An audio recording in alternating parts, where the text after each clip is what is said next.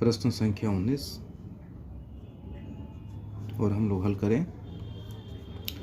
यहाँ पर एक त्रिभुज है ABC में AB 3 सेंटीमीटर, AC 4 सेंटीमीटर और कोण A का समद्विभाजक AD भुजा BC को बिंदु D पर मिलाता है, तब BD अनुपात DC बराबर होगा।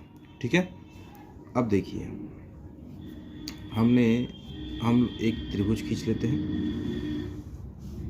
हमने एक त्रिभुज खींच लिया और इसका हम नाम लिख दें A, B और C। ABC हमने एक त्रिभुज ले लिया। उसके बाद AB 3 सेंटीमीटर, ये AB है तो हम यहाँ पर लिख दें 3 सेंटीमीटर, यहाँ से यहाँ की इसकी लंबाई। उसके बाद AC 4 सेंटीमीटर, AC ये है तो ये हो गया 4 सेंटीमीटर। ठीक है, उसके बाद एंगल A यानी कोण A का समद्विभाजक AD, ये एंगल A कोण A इसका समद्विभाजक है एक भुजा जो D बिंदु पर गिरता है। देखिए D बिंदु पर मिलता है और BC का समद्विभाजक है। देखिए BC भुजा का BC का समद्विभाजक D हो गया। क्लियर। हमें बताना है, प्रश्न में बोला है कि BD अनुपात DC बराबर वाट। ठीक है, अब देखिए होता क्या है कि जो अनुपात AB का AC के साथ होगा, AB का AC के साथ होगा, वही अनुपात BD बटा में DC का होगा, BD का DC के साथ होगा। क्लियर। तो अब देखिए यहाँ पर हम लिखेंगे AB का वैल्यू है 3 और AC का वैल्यू है 4, तो इसे हम लिख सकते हैं BD बटा में DC के बराबर, मतलब BD अनुपात DC बराबर 3:4। ये हमारा आंसर होगा। ठीक है, चूँकि देखिए अब एक चीज़ सेकंड मेथड से देख लीजिए।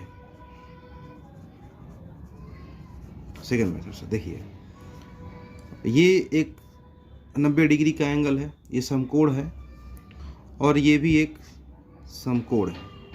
ठीक है, तो अब देखिए ये 90 डिग्री का अगर कोण बनता है तो अगर हम कोण D से लेते हैं, कोण D बराबर 90 डिग्री, ठीक है, कोण D 90 डिग्री, तो हम यहाँ लिख सकते हैं कोण ADB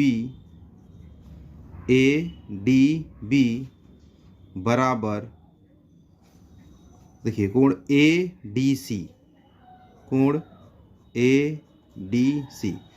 दोनों तरफ D समकोण है। यहाँ भी समकोण, इस साइड से भी समकोण बनता है और इस साइड से भी समकोण बनता है, 90 डिग्री का एंगल बनता है।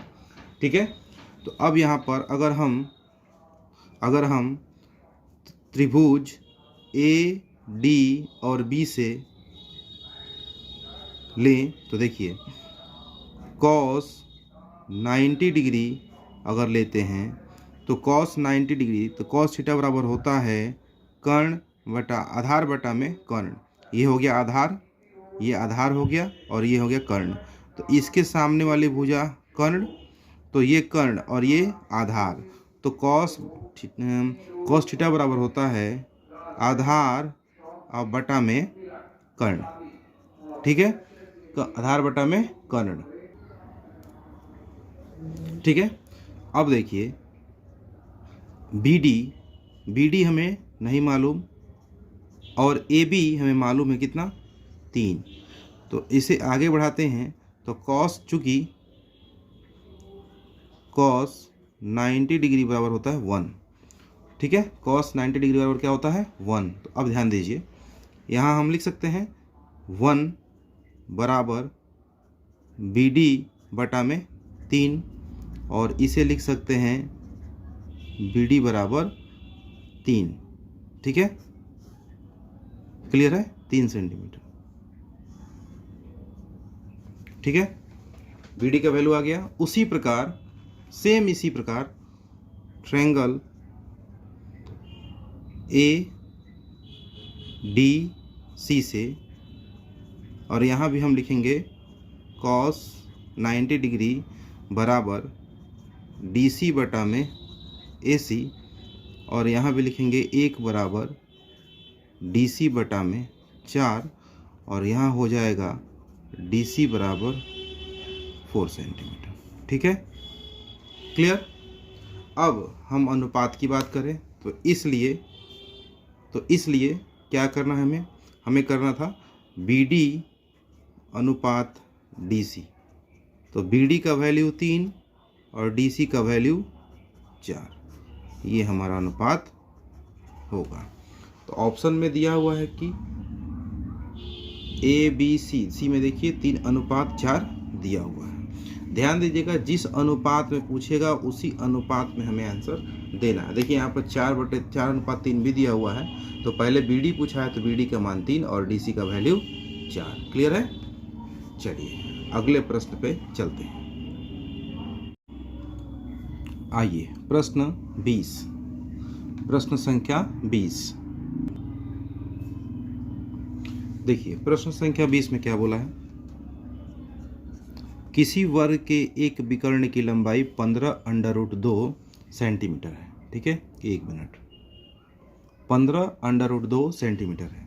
देखिए एक वर्ग है, वर्ग की चारों भुजा आपस में बराबर होती है। चलिए ये भुजा आप सभी आपस में क्या है, बराबर है। ठीक है, और इसके बीच में ये एक विकर्ण हो गया। ठीक है, ये क्या है, यह एक विकर्ण है, और विकर्ण की जो लंबाई है वो है 15√2 सेंटीमीटर। ठीक है, 15√2 सेंटीमीटर, और विकर्ण की जो लंबाई है वो है 15√2 सेंटीमीटर। ठीक है, इसका क्षेत्रफल क्या होगा बताना है हमें। ठीक है, इसका क्षेत्रफल हमें बताना है कि क्या होगा। देखिए वर्ग का यहाँ पे फॉर्मूला सीधा लगाएंगे, चूंकि हम देखिए यहाँ पे ध्यान दीजिएगा, चूंकि वर्ग का क्षेत्रफल बराबर होता है भुजा स्क्वायर। ठीक है, अब आप बताइए, भुजा स्क्वायर तो होता है ठीक, लेकिन क्या भुजा हमें जानकारी है इसमें कि भुजा क्या है, नहीं मालूम है।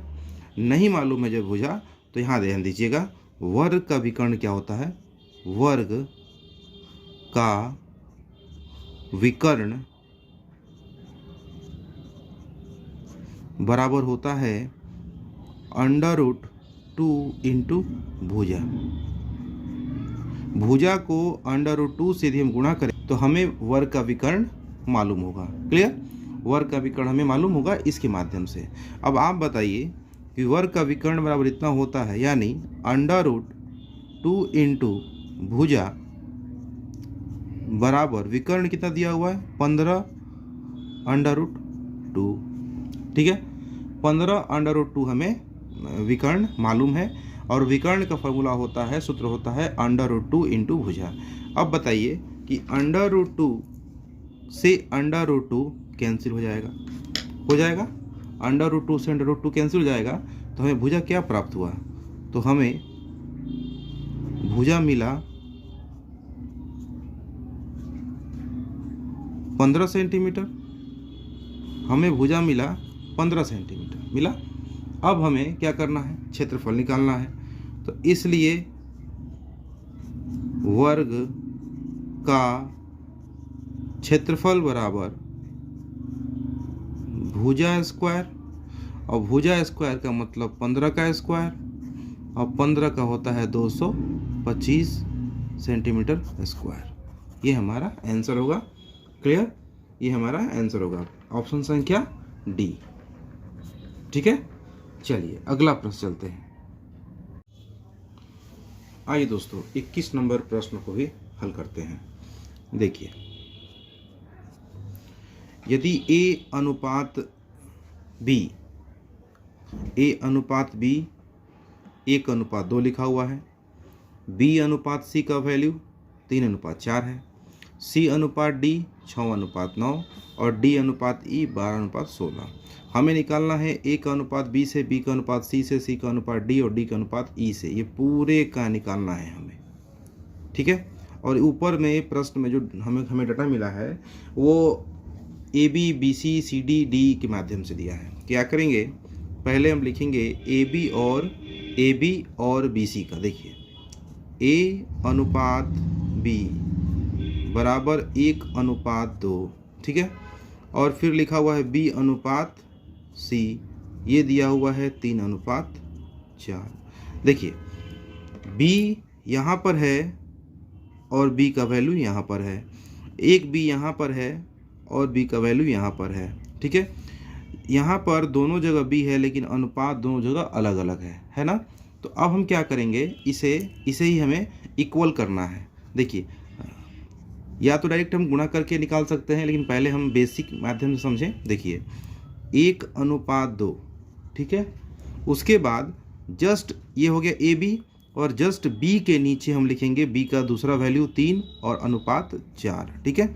और इसे हम मल्टीप्लाई कर देंगे। देखिए 1:2 ए बी का वैल्यू है और बी सी का वैल्यू 3/4, दोनों में कॉमन बी, तो जो कॉमन है वो एक दूसरे के नीचे होंगे, ठीक है। अब इसे देखिए, इसको इसके साथ गुणा करेंगे और इसका वैल्यू यहाँ लिखेंगे 4 दूनी 8, ठीक है।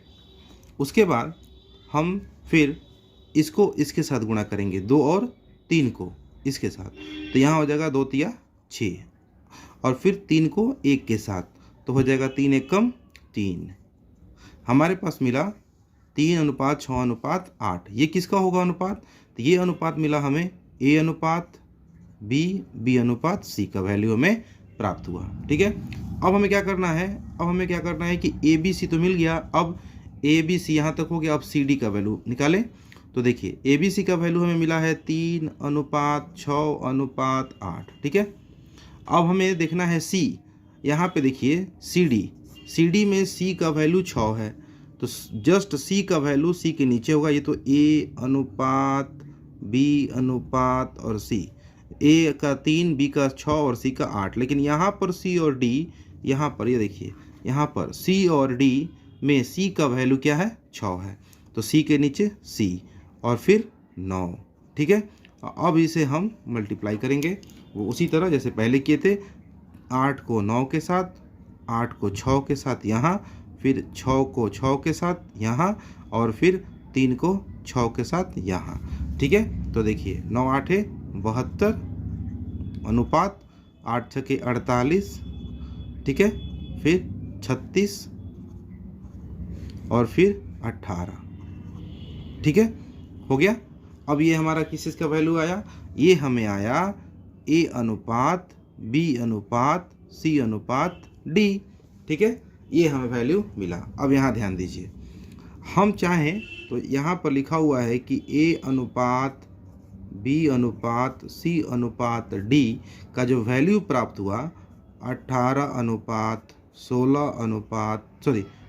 36 अनुपात 48 अनुपात 72, ठीक है। इसको छोटा हम कर सकते हैं। देखिए छोटा करने के लिए 6 से सब कट जाएगा, कटा देते हैं।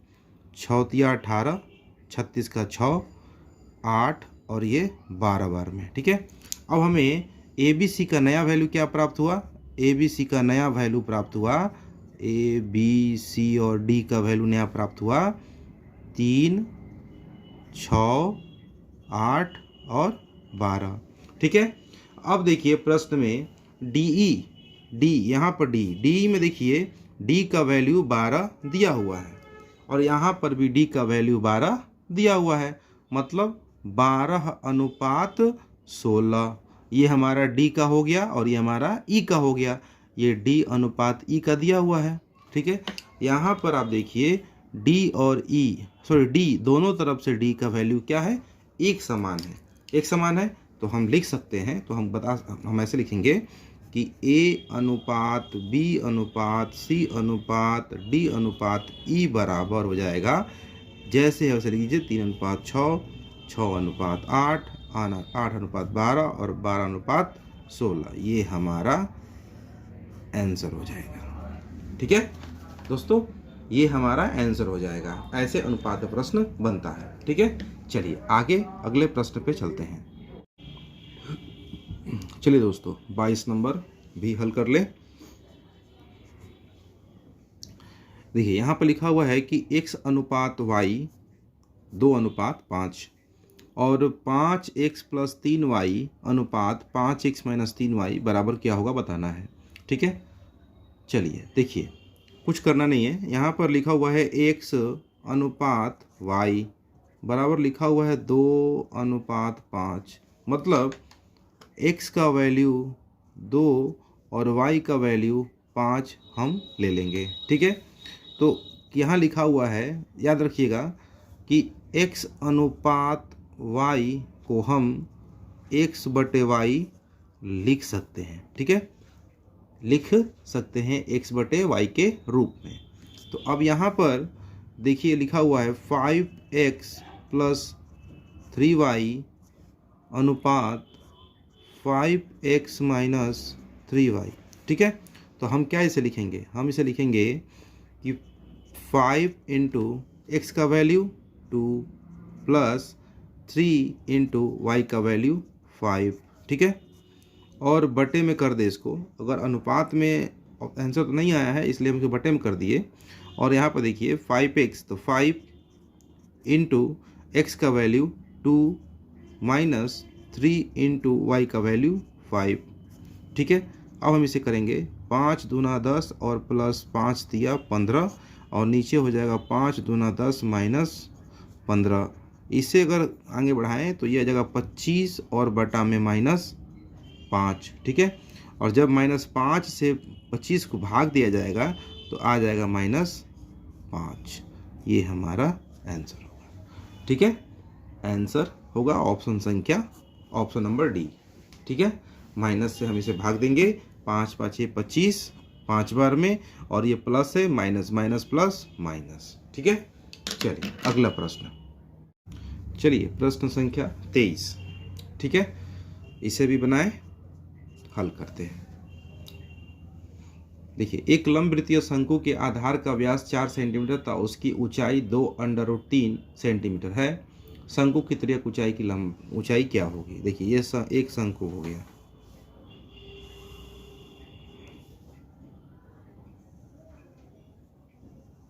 ठीक है, ये एक शंकु हो गया। अब आप देखिए यहाँ से एक हाइट आया, ये देखिए नीचे शंकु का एक वृत्त होता है। शंकु का नीचे का एक भाग जो बेस होता है वो एक वृत्त होता है। तो वृत्त का ये त्रिज्या हुआ, वृत्त का ये क्या हुआ, एक त्रिज्या हुआ, और त्रिज्या का कुछ वैल्यू दिया हुआ है। यहाँ पर देखिए व्यास दिया हुआ है, व्यास। अब ध्यान दीजिएगा, ये हमारा पूरा हो गया व्यास। यहाँ पे मैं समझा दूं तो ये एक वृत्त हो गया, सेंटर से होकर गुजरने वाली रेखा जो दोनों छोरों को आपस में मिलाती है, ये इसी पूरे भाग को, इस पूरे भाग को हम कहेंगे व्यास। ये हमारा व्यास, और व्यास को डी से डिनोट करते हैं, और डी को 2 से भाग देंगे तो ये हो जाता है त्रिज्या, यानी आर, त्रिज्या। ठीक है, अब ध्यान दीजिए प्रश्न में आधार का, शंकु के आधार का व्यास क्या दिया है, 4। तो जब व्यास 4 दिया है इसका मतलब 4/2 कितना हो जाएगा, 2 दूना 4, यानी आर बराबर क्या मिला, 2 मिला, 2 सेंटीमीटर। ठीक है, तो 2 सेंटीमीटर, तो यहाँ पर हमारी त्रिज्या क्या होगी, यहाँ होगी 2 सेंटीमीटर। ठीक है, क्लियर। अब देखिए, अब यहाँ बोला गया है कि ऊंचाई ये हो गया हमारा ऊंचाई। तो ऊंचाई का वैल्यू हमारे पास दिया हुआ है 2√3। ठीक है, 2√3। अब देखिए त्रियक ऊंचाई क्या कहलाएगी, ये त्रियक ऊंचाई कहलाएगी, ये त्रियक ऊंचाई, और इसे हम एल से डिनोट करते हैं। हमें यही निकालना है। क्लियर, ये भी त्रियक ऊंचाई है और ये भी त्रियक ऊंचाई है, दोनों साइड में ये भी त्रियक ऊंचाई है। क्लियर, दोनों साइड में। अब ध्यान दीजिए, हमें शंकु की त्रियक ऊंचाई निकालनी है। तो चलिए यहाँ हम बना लेते हैं, यहाँ पे लिखेंगे शंकु की त्रियक ऊंचाई मतलब L बराबर होता है √r² प्लस h²। ठीक है, r², त्रिज्या होती है r²। अब क्यों, देखिए ये समकोण त्रिभुज है, कर्ण बराबर होता है आधार स्क्वायर, कर्ण बराबर होता है आधार स्क्वायर प्लस ऊंचाई, ठीक ना, लंबाई लंब स्क्वायर √। ठीक है, तो वही चीज़ सेम त्रिभुज का है ये फॉर्मूला। ये एक समकोण त्रिभुज हो गया, समकोण इसको निकालने के लिए इन दोनों का स्क्वायर करके √, का वर्गमूल निकाल देंगे उसका, तो हमारा ये कर्ण निकल जाएगा। वही सेम शंकु में फॉलो करेंगे हम लोग। तो यहाँ पर r² प्लस h² हो गया। अब r², r का वैल्यू हमें मिला है 2, तो 2 का हो गया स्क्वायर, और h हमें दिया हुआ है 2 √3 का हो गया स्क्वायर, और ये हो गया ओवर रूट। ठीक है, अब देखिए 2 का स्क्वायर हो गया 4। यहाँ पर इसे हल करते हैं, देखिए यहाँ पे हल कर देते हैं साइड में। देखिए 2 √3 का होल स्क्वायर जब हम हल करेंगे तो ये होता है 2 √3 गुना 2 √3, तो 2 को 2 से गुणा करेंगे हो जाएगा 4, और √3 गुने √3 करेंगे तो ये एक अलग से एक सिंगल 3 हो जाएगा, मतलब 4 गुना 3 बराबर 12। ठीक है, 12। ठीक है, तो यहाँ पर हो जाएगा 2 √3 का स्क्वायर हो जाएगा 12, और ये हो जाएगा ओवर रूट। इसे और बढ़ा दें आगे तो ये हो जाएगा 16 और 16 का मतलब हो गया 4 गुना 4, अब बराबर हो गया 4 सेंटीमीटर। तो हम क्या कहेंगे, इसलिए L बराबर क्या हो गया 4 सेंटीमीटर। ये हमारा आंसर हो गया। क्लियर है, ये हमारा आंसर हो गया। आंसर हो गया ऑप्शन संख्या बी। ठीक है, ऑप्शन संख्या बी हमारा आंसर हुआ। चलिए आगे बढ़ते हैं, अगला प्रश्न पे देखते हैं।